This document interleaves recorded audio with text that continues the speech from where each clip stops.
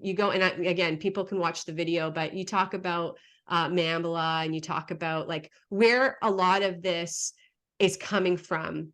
And I wanted to ask you if you believe, like, do you believe that the people who are very loud voices in this, do you believe that they are aware of where it's coming from? No, I don't think they realize, and I don't think everyone who's pushing this thinks it's actually bad or realizes what it is. Um, so you mentioned NAMBLA. So I'm just going to clarify that a little bit because your listeners may not have seen the video. So what I do in the video, I go through the history of pedophile activism. So child sex offenders, which I was trained on, not all of them are pedophiles. Some are just opportunists. So it doesn't mean they're attracted to children. Or Pedophilia is apologists? very specific. Or how about pedophilia apologists? Yeah, so allies. So and I'll talk a little bit about that. But so way back when I was trained, we talked about NAMBLA, which is the biggest pedophile activist group in the world. So that stands for North American Man Boy Love Association. So this organization, even though man boy love is in their name, they also talk about man girl or female offenders. We need to talk about that as well, because there's this misconception that there's only male child sex offenders. In fact, that's one of the biggest lies that creates an environment where boys don't even come forward a lot of the times. So 1 in 4 I was trained when I was to profile sex offenders that 1 in 4 sex offenders are female. So we've put what child sex offenders look like into a box because it's not talked about. It's not talked openly. There's so much shame and stuff attached to it that we don't really understand them unless you have the kind of training that we do. Even as police officers, I would have said I have put child sex offenders in a box prior to this training. And what is out there and the extreme it is, how much there is. I don't think the general public understand how many people are either pedophiles or pedophile allies or people that would go along with it. We have a huge problem in society. The school boards, it's so important to understand. We're going to get to that because I think that's what a lot of people are focused on. There are these activist organizations that are pushing the same kind of agenda pedophile organizations were pushing before. Like, I should bring it up, actually, the list, because it's so important to list here, because some people may not go and listen to that message. I think it's important for your listeners to know what exactly NAMBLA's goals and missions and action plan was. I go through it in the video a little bit, and then I talk about how it's reflected today. But even just reading it to you guys, your listeners will say, oh yeah, this group is doing this group is doing this group, you're going to recognize it right now. So they have specific mission, and NAMBLA is the North American Man Boy Love Association that I got into a little bit earlier. But so one of the things is they consider like pedophiles an oppressed group, so they want to end the long-standing oppression of men and boy involved in any mutual consensual relationship. So they believe that children can consent to relationships. Mm-hmm. To How sexual long ago was relations. that, Nadine? Do you So remember the date? this was a document released by the FBI when they declassified a bunch of documents from their investigation into NAMBLA. So you can actually read that the whole document. It's like 600 and some pages, but this is in their thing. It's one of the documents. They list kind of all of the things that they want to accomplish. So Is it, but I it was was well after Kinsley, or is it around that time? this would have been, I think some of the investigation was in the 90s, in the 100. So Kinsley would have been someone that would have been involved with this kind of group in that amount of time. So there's more than that. There's so many. If you even if you just Google NAMBLA, you see a lot of links between these people who are pushing that gender ideology. Queer theory is all full of these goals and missions. And I'll read some of the next, and you'll see that link as well. So they wanted to build a support network for men and boys so that were in these relationships. So one of the ways they do that is use these logos, because it's one of the ways, oh, that's a pedophile ally, right? So I can go in there. But the important thing too, I don't know if you know, but a lot of the organizations that are pushing, and I don't know how bold you want to be with this, but a lot I of the want to be bold. organizations. I Okay. want those who have eyes to see and ears to hear are going to hear your Okay. word today. So a lot of the organizations, so it's not a secret. It's like Scouts. Way back when, there was this huge scandal where Scouts, there was a lot of pedophiles who would become Scouts leaders and stuff, and that was one of the biggest places, highest amount percentage of child sexual exploitation and abuse.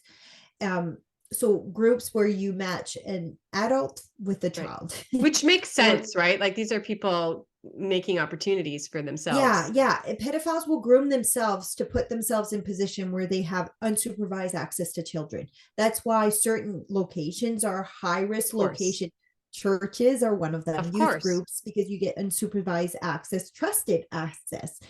Schools is one of the, actually schools is actually greater than churches. Yep, but that's what I've people heard don't as want to well. really admit that. But school is a huge percent, because you have that person position of authority on top of that. And then extracurricular activities. So coaches, you're hearing all the time about coaches getting caught, and Scouts was one of the biggest ones. So, but now you have these new groups. If you look, a lot of the transgender support groups are creating groups where they're pairing a transgender child with a transgender adult. So I'm not saying that all of them are pedophiles. That's not what I'm saying, but it's creating an opportunity. That's right. Where there are conversations that are getting had, especially like you don't have conversations like that in Scouts, right? You don't have like that would be at least an opportunity for a child to be like, this is weird to be talking about this here. Whereas you're in a sexualized group. And you're talking about sexuality and it's being kept from parents. These conversations, they're teaming up those people because, well, your parents don't understand you. I do, which is classic child sex offender manipulation technique. Yeah. Would you say that this is something that for people, for instance, the school board, elected school board trustees, that when we're coming with them, with parents are a tremendous amount of parents are coming to them with these concerns, like, don't you think it would be responsible or their duty to look into some of where this is coming from? Like, it brings me back to my question to you. How, like, do you think that these people know where it's coming from? They may not know that they are being used to push this agenda, but once you show them what that agenda is, then they might start clicking. And like even in my video, I speak to the LGBTQ community and say, look, this has happened in the past, and I show how it did. And I said it only stopped because a group of lesbians said, we don't want you a part of our group. You are not a part of our group. And they pushed back and kicked them out of the organization. And NAMBLA was actually a part of the Gay and Lesbian Association that actually had gotten into the UN way back in the 80s. And that organization was booted out because public outcry said, we don't want pedophiles at the UN advocating for pedophile rights. So you're seeing some of these goals and mission being pushed even at the UN. There was recently released documents where they were talking about the rights of children to be sexually active, and they want to kind of lower that that age. So some of the work has made its way through, but and if you look at it, I'll send it to you, because the NABLA's goals and mission, I think once you look at it, the things that they're pushing for, the liberation of person of all ages from sexual prejudice and oppression, support the rights of young people as well as adults to choose freely the partner they enjoy their bodies with, encourage support young people in their rebellion against the anti-sexual restrictions imposed upon them by adults, police, moral crusaders, the Yeah. church, like that's currently happening. These And this, that's right. And this is like, wouldn't it be directly related to the Alfred Kinsley studies? I remember in university where a few of the girls were in the science program, and they were talking about how, do you know that babies have orgasms?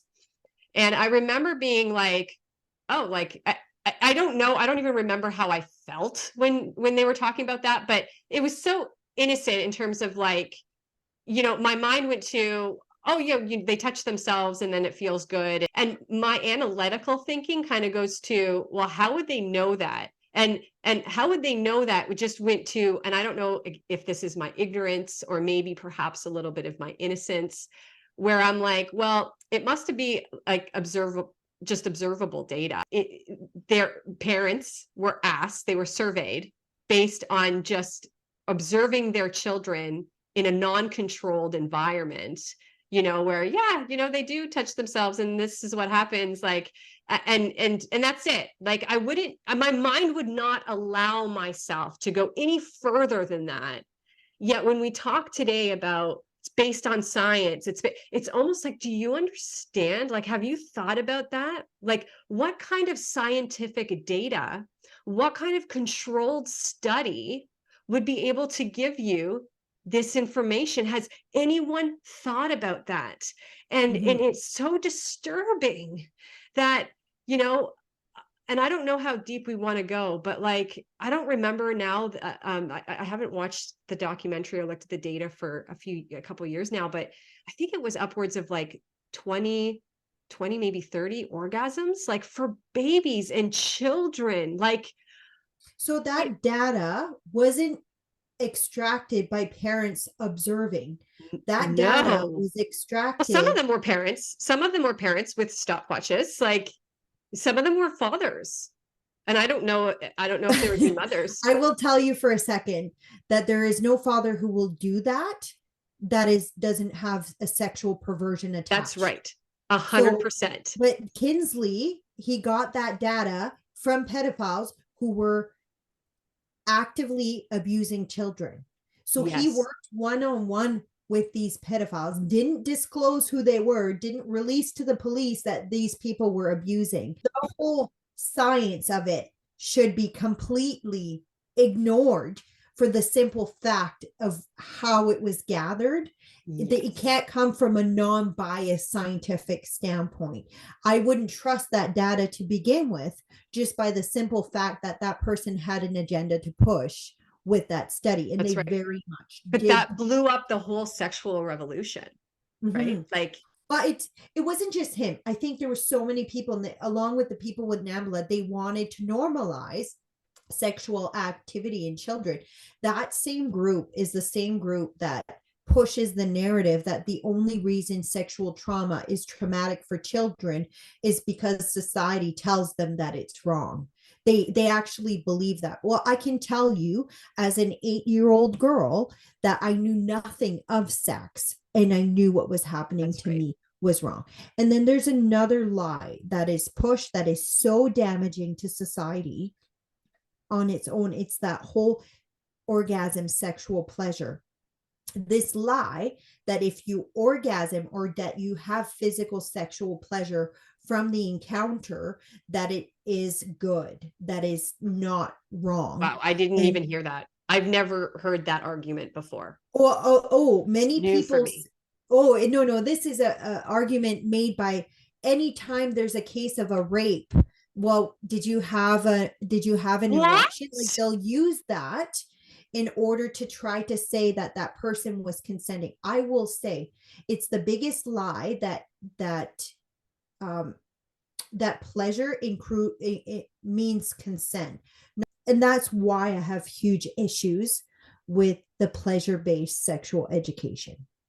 I have huge issues with pleasure-based sexual education. And that there's a pilot going on right now, and I believe Toronto or somewhere, I'd have to check, but they're all over Canada. They're all over Canada, and the symbols are on there too. Yeah. Are they not? Yes. So that's not just the tip.ca. So that's right. So these organizations that were all banned out of Saskatchewan schools are still going ahead and trying to revamp. And that's not just one school. They're trying to implement this in every single school in Canada. They want to revamp the current sexual education and teach it as a pleasure-based sexual education. So if it brings you pleasure, it is good. And Wow. that's a lie that needs to be dismantled in And the worst also way. that there is such thing as too much of any good thing anyway, even Mhm. if it were like, this is completely against, like, for you and I, people of faith, it is completely against what we There is believe such a in. thing as addiction Yeah, to that's right. sex, and Instant it, gratification, the pleasure seeking centers, like, that's not to say like it's a gift. Like, I'm very grateful for it.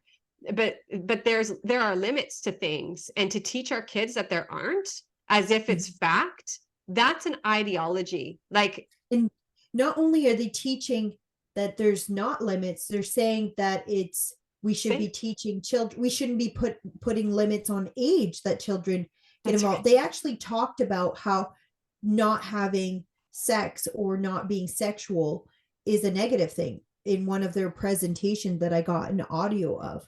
So it's yeah, it plays right into the hand of NAMBLA.